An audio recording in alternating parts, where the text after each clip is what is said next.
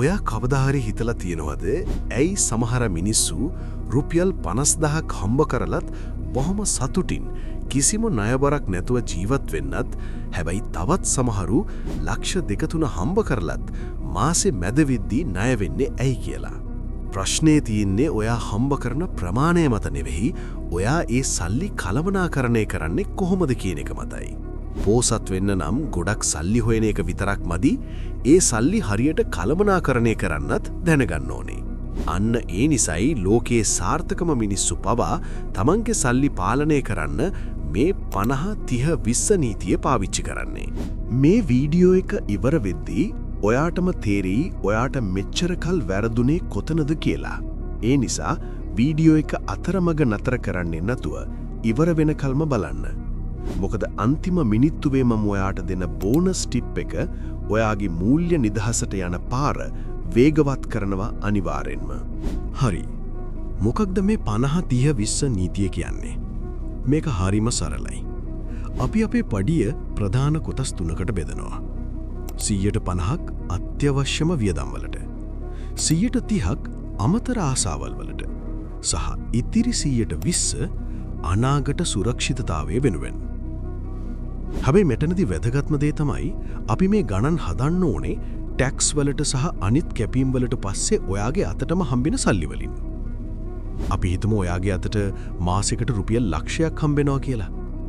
එහෙනම් මේ රූල් එකට අනුව රුපියල් 50,000ක් අත්‍යවශ්‍ය වැඩවලටත්, 30,000ක් ඔයාගේ ආසාවල් වලටත්, 20,000ක් ඔයාගේ අනාගතය වෙනුවෙනුත් වෙන් වෙන්න ඕනේ. 150 අත්‍යවශ්‍යම වියදම්. පළවෙනි කොටස තමයි 150ක්. ඒ කියන්නේ ඔයාගේ පඩියෙන් හරියටම අඩක් වෙන් වෙන්න ඕනේ ඔයාගේ අත්‍යවශ්‍යම වියදම් වලට. මේව නැතුව ඔයාට ජීවත් වෙන්න බෑ. උදාහරණයක් විදිහට ඔයාගේ ගෙවල් කුලිය, ලයිට් බිල, වතුර බිල, කෑම බීම සඳහා යන වියදම්, ප්‍රවාහන වියදම් සහ බෙහෙත් හේත් වගේ දේවල්. මේ දේවල් වලට ඔයා අනිවාර්යෙන්ම වියදම් කරන්න ඕනේ. හැබැයි මෙන්න මෙතනදි තමයි මිනිස්සුන්ට ලොකුම වරද සිද්ධ වෙන්නේ. හුඟක් අය හිතනවා මට අලුත්ම iPhone එකක් නැතුව බෑ. මට බ්‍රෑන්ඩඩ් ඇඳුම් අඳින්නේ නැතුව බෑ කියලා. ඒක අත්‍යවශ්‍යම දෙයක් නෙවෙයි. අත්‍යවශ්‍ය දෙයක් කියන්නේ ඒක නැති වුණොත් ඔයා ලොකු කරදරයක වැටෙන දෙයකට. ඒ නිසා ඔයාගේ මේ වියදම් ටික පඩියෙන් 150කට වඩා වැඩි වෙනවා නම් ඔයා අදම ඔයාගේ ජීවන රටාව ගැන නැවත හිතන්න ඕනේ. මොකද ඔයා දැනටමත් ඉන්නේ අනතුරක. දැන් එමු දෙවනි කොටසට. මේක තමයි 130. අපි මේකට කියනවා අමතර ආසාවල් කියලා. අපි රොබෝවරු නෙවෙයිනේ. අපිටත් ආසාවල් තියෙනවා. ඉතින් මේ 130 වෙන් කරලා තියෙන්නේ ඔයාගේ ඒ සතුට වෙනුවෙන්. යාළුවොත් එක්ක පොඩි ෆන් එකක් ගන්න එක, එළියෙන් කන එක, අලුත් ඇඳුමක් ගන්න එක, ට්‍රිප් යන එක මේ ගොඩට අයිති. ඔයාට පේනවයිති මේ දේවල් නැතුව වුණත් අපිට ජීවත් වෙන්න පුරුවන්. හැබැයි මේවා ජීවිතයට අවශ්‍යයි මානසික නිදහස වෙනුවෙන්. හැබැයි මතක තියාගන්න. සල්ලි කළමනාකරණය කරද්දී හුඟක් අයට වරදින්නේ මෙන්න මේ කොටස පාලනය කරගන්න බැරි වුණාමයි. මිනිස්සුන්ට පෙන්නන්න, බ්‍රෑන්ඩ් එකට අඳින්නයි, ණය වෙලා ලොකු ෆෝන් ගන්නයි, ඕනවට වඩා යාළුවෝ එක්ක සෙට් වෙන්න එහෙම ගියොත් මේ 100ට තිර කොටස 160ක් දක්වා වැඩි වෙනවා.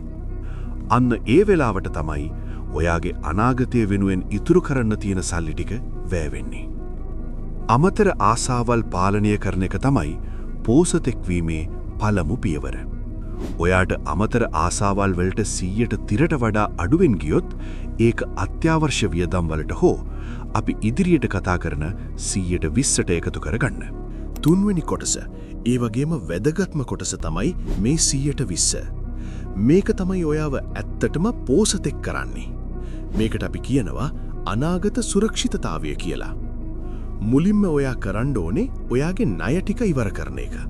විශේෂයෙන්ම ලොකු පොලියක් තියෙන ණය තියෙනවා නම් මේ 120 පාවිච්චි කරලා මුලින්ම ඒ මකරාට කෑම දෙන එක නතර කරන්න. ඊළඟට ඔයා හදාගන්න ඕනේ හදිසි අරමුදලක්. ඒ කියන්නේ හදිසිය රස්සාව නැති වුණොත්, ලොකු අසනීපයක් හැදුනොත් හෝ ගෝලීය ප්‍රශ්නයක් ආවොත් කාගෙන්වත් සල්ලි ඉල්ලන්නේ නැතුව ජීවත් වෙන්න සල්ලි ටිකක් මේකේ තියෙන්න ඕනේ.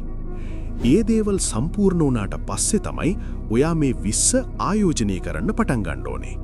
මේ 120න් කරන ආයෝජන තමයි ඔයා නිදාගෙන ඉන්න වෙලාවෙත් ඔයා වෙනුවෙන් සල්ලි හොයලා දෙන්නේ. ඉතින් 50-30-20 නීතිය ඇහුවට විතරක් මදි. මේක අදම කරලා බලන්න. පෑනක් කොලයක් කරන් ලියන්න ඔයාගේ වියදම් කොහොමද බෙදලා තියෙන්නේ කියලා. සල්ලිකාරයෙක් වෙන්න ඕනම කෙනෙක්ට පුළුවන්. හැබැයි ඒකට ඕනේ ලොකු පඩියක් නෙවෙයි. ලොකු හික්මීමක්. මෙන්න මම පොරොන්දු වුණු බෝනස් ටිප් එක. හුඟක් අය කරන්නේ පඩිය හම්බුනාම ඉස්සෙල්ලාම බිල් ගෙවනවා. ණය වාරික ගෙවනවා. හැමෝටම සල්ලි බෙදනවා. ඊට පස්සේ මාසේ අන්තිමට මොනවා හරි ඉතුරු වුණොත් ඒක ඉතුරු කරනවා. හැබැයි එහෙම කවදාවත් සල්ලි ඉතුරු වෙන්නේ නැහැ. ඒ වෙනුවට මේ රහස පාවිච්චි කරන්න.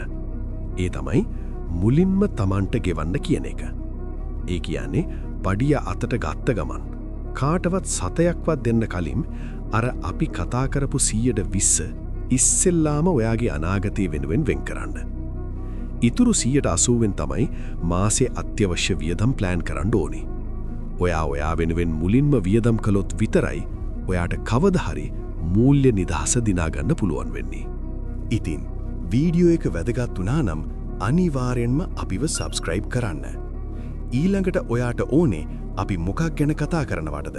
පහලින් කමෙන්ට් කරන්න. ඔයාගේ යාළුවෙක්ටත් බලන්න වීඩියෝ එක ෂෙයා කරන්න. අපි ආයෙත් මේ වගේ වීඩියෝ එකකින් හමු වෙමු. ඔයාලා හැමෝටම ජයග්‍රාහී දවසක් වේවා.